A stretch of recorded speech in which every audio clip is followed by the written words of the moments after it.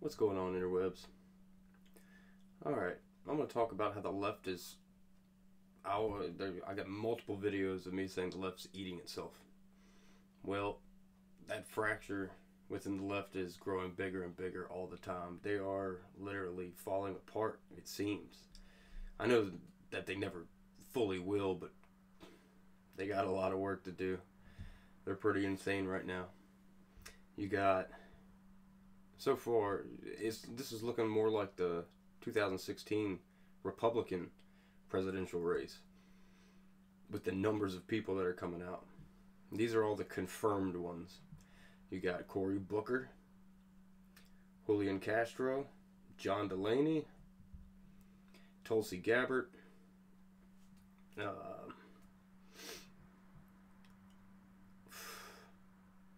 is her name? Maureen Williamson, and Andrew Yang. And that's not to count that they have I think his name is Schultz guy from Starbucks, which he's running as an independent, which he's on the left, but he's just running as an independent for he doesn't have to go with all their fantastical BS that they push all the time. He's separating himself from all that stuff, all the identity politics, the narratives they're always pushing that are toxic to the freaking country as a whole. But yeah, I kind of feel bad for Tulsi Gabbard because she's more towards the center left compared to all the other ones. She's probably closer to the center, and my God, they're already using the Russia stuff against her.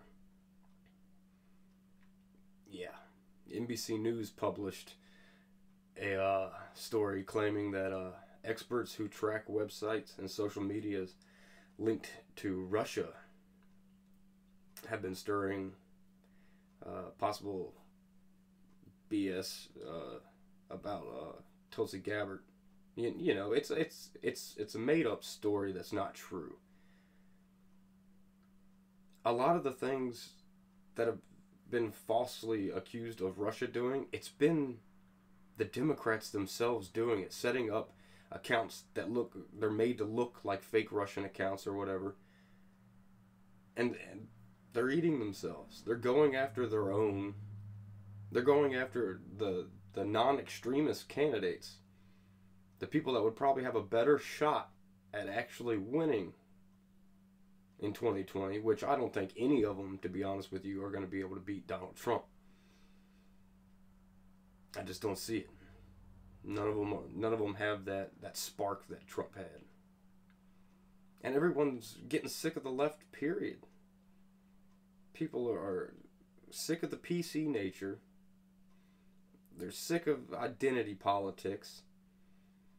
This latest round of abortion nonsense has gotten a lot of people on the left that I know like, whoa, and they're pro-choice. And they're like, that's going too far because, even they had to admit that is murder. It's no longer an abortion when the baby's outside of the body. When they can't use that excuse, my body, my rights. No, it's not anymore. It's not anymore. It's yeah. But yeah, so that's hilarious. They're already using a Russian hoax against one of their own. That's pretty good. And then you got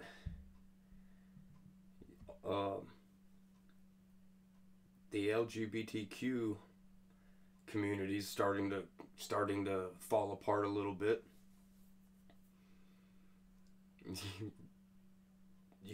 There's feminist.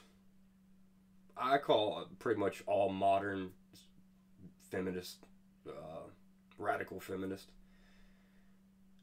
I don't know what they're trying to prove anymore, or what they're trying to accomplish anymore.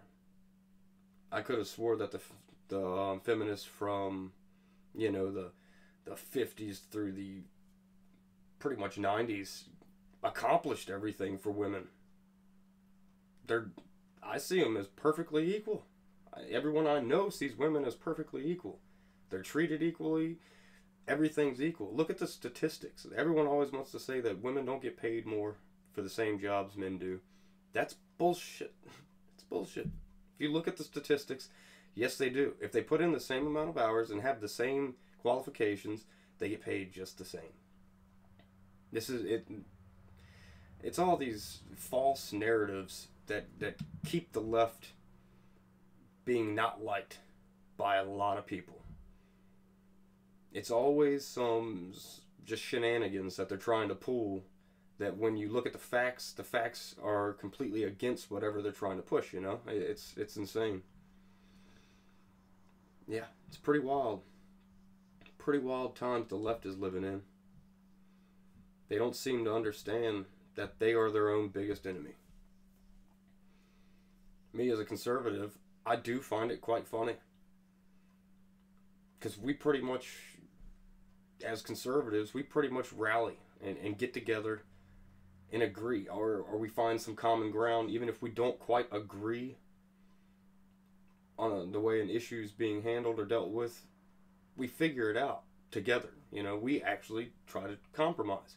Something that the left, especially on border security, is proving they can't do that at all. They refuse. They don't believe in compromise. If they don't get what they want,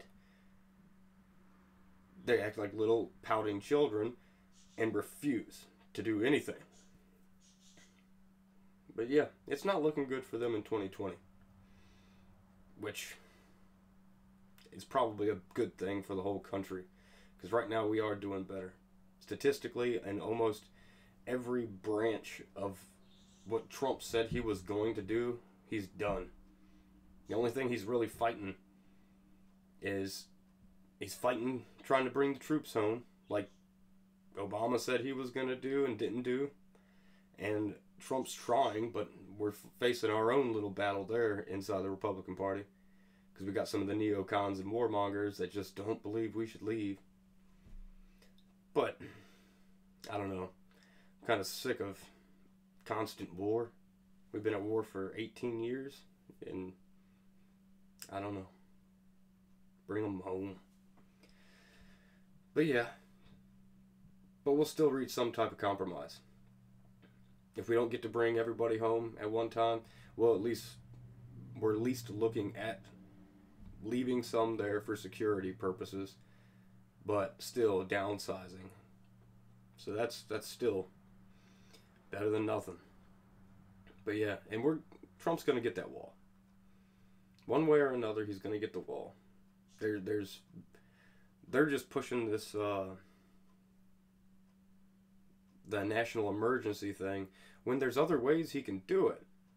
Like, I don't know how many people watch when Congress is working on things, but there's been numerous Congress members that have said, hey, this is all you have to do is you can go under this section of blah blah blah, and bam, it's right there. But we'll see how that works. It's still in negotiations and everything, but I think that's going to be another thing he gets done. So the economy's rocking. Employment numbers are amazing. I mean, come on. What are they going to run on? Healthcare. When they know that healthcare, the way they want to set up healthcare, it's not American to take away private healthcare industry, just to destroy an industry and make it government ran. That is a very un-American thing to think about. Remember what happened with Obamacare? Yeah, that was a huge mess. Just forcing people to have to pay for something, or they get a huge fine. That's crazy. That's crazy. That's why I don't believe in socialistic anything. It's not really that good for you. It's not good for a country. Especially because our country's so big and we have so many people. Smaller countries can get away with having a little bit more socialized programs. America's too big. got way too many people compared to those countries. It just doesn't financially work out. But yeah, it's getting crazy out there. We'll just have to wait and see what happens. I'm sure there's going to be a lot of interesting things happening in the next 2 years. But that's enough for now. I'll catch y'all on the flip side.